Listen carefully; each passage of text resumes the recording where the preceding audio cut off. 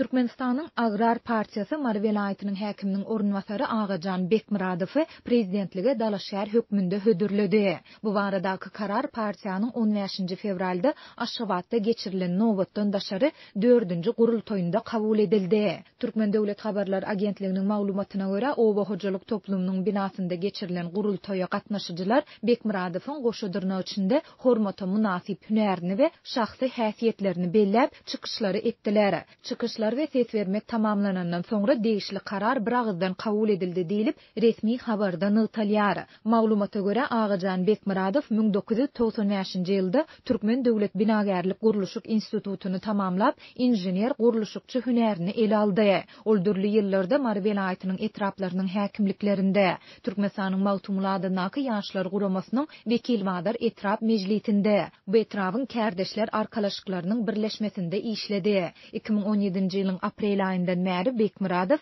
Mari vilayetynyň häkiminiň orunwasary wezipesinde işleýär. Resmi habarda onuň nirede we haçan dünýä iýnendiği baradaky maglumatlar jemgyýetçilige ýetirilmeýär. Bekmuradowyň prezidentlige Dalaşşäher hökmünde hödürlenendiği barada Türkmenistanyň Agrar Partiýasynyň resmi web saýtynda hem 16 fevralda yerli wagt bilen saat 17:00 çenli hiç saat berilmeýär. Adatlyň habarçylary Türkmenistanda geçirilen mundan ozalky saýlawlarda bolşýaly Agrar Partiýasy tarapyndan prezidentlige Dalaşşäher hödürlenen kandidatyň ýurdun syýasy durmuşynda tanalýan şahs däldigine habar berýärler. Ol barada tashiçili maglumat ýok. Ol 49 ýaşynda bolup Mari vilayetynyň wekilmadar etrafynda dünýä indi. Bekmuradow 5 ýyl bäri vilayet häkimliginde işleýär we owa hojalyk meselelerini jogapkär hasaplanýar diýip ýagdaýdan habarly çeşmämiz 16 fevralda habarçymyda gurrun berdi. Bellisek Bekmuradowyň prezidentligi Dalaşşäher hökmünde hödürlenmegi Türkmenistanyň prezidenti Gurbanguly Berdimuhammedowyň ogly Serdar Berdimuhammedowyň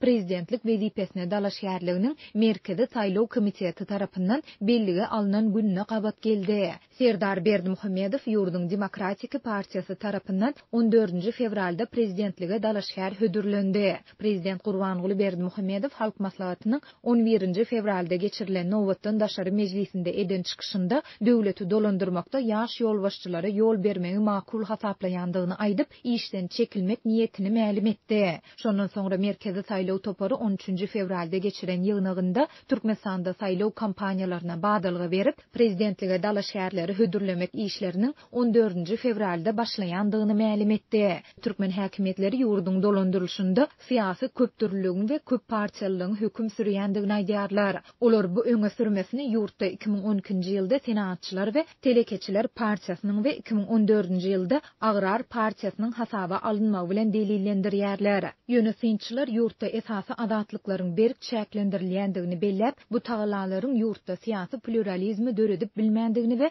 ýurtda hasaba alynan hakyky oppozisiýa partiýasynyň ýokdugyny aýdýarlar. Bu aralykda habarçylarymyz ýurt raýatlarynyň aglabasynyň mart aýynda geçiriljek prezident saýlawlaryndan habarsyzdygyny, sebäbi olaryň ýagty geljege bolan umytlaryny ýitirendiklerini aýdýarlar. Adamlar Berdimuhammedowyň tohumny Hudaýyň jedasy hasaplaýarlar. Olar bu edenettilikden diňe daşarky täsirler bilen diýmek mümkindigine ynanýarlar.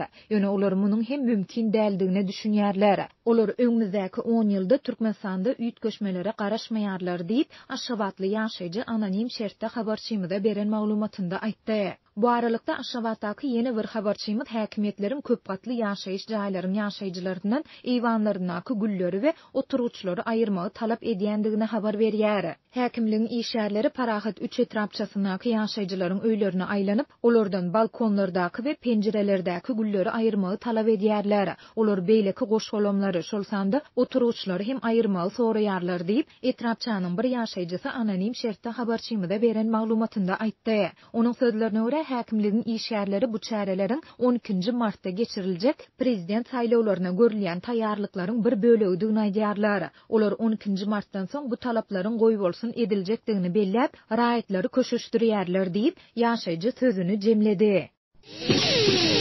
Türkmenistanda irki prezident saylawlarynyň geçiriljekdiginiň öňlan edilmeginiň ideýany Balkan welaýatynyň Türkmenbaşy şäherindäki mekteplerde we saglyk öýlerinde saylaw kabinalary goýulyp başlandy. Şol bir wagtda Mar welaýatyndan habarçymyz Tewitde saylawyň boljakdygyny alamatlandyrýan hiç bir hereketiň häzirlikçe göze ilmeýändigini habar berýär.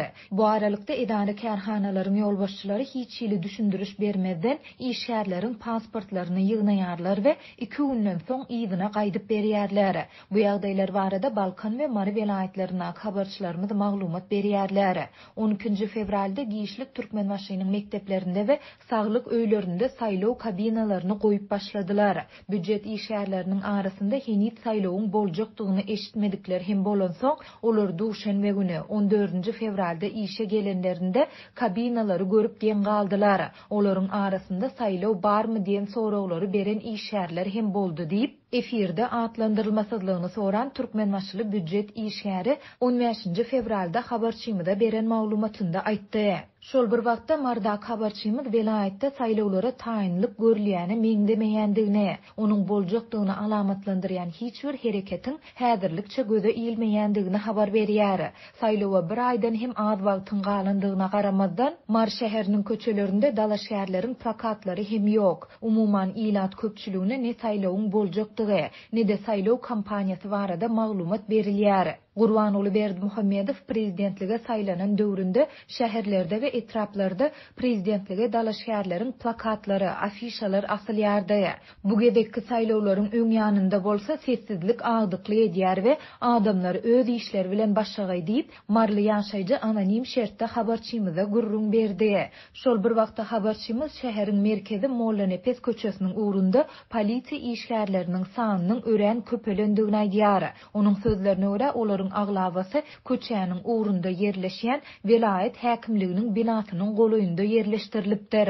Mundan başga da ol idare kärhanalaryň ýolbaşçylarynyň işgärleriň pasportlaryny ýygnaýandygyny we olary 2 günden soň ýygyna gaýdyp berýändigini hem habar berýär.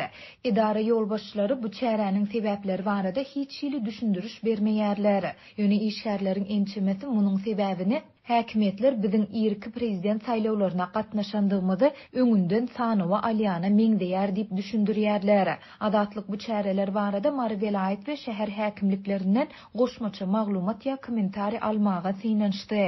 Ýöne redaksiýamyzyň 15 fevralda yerli wagt bilen ikindin wagty telefon arkaly eden synanşyklary netije bermedi. Bu aralykda marla habarçymyz irki saylawlaryň geçiriljekdiginiň eglan edilmeginiň bazarlardaky azyk we senaat haritlarynyň bahalaryny henüz täsir ýetirmändigini habar berýär.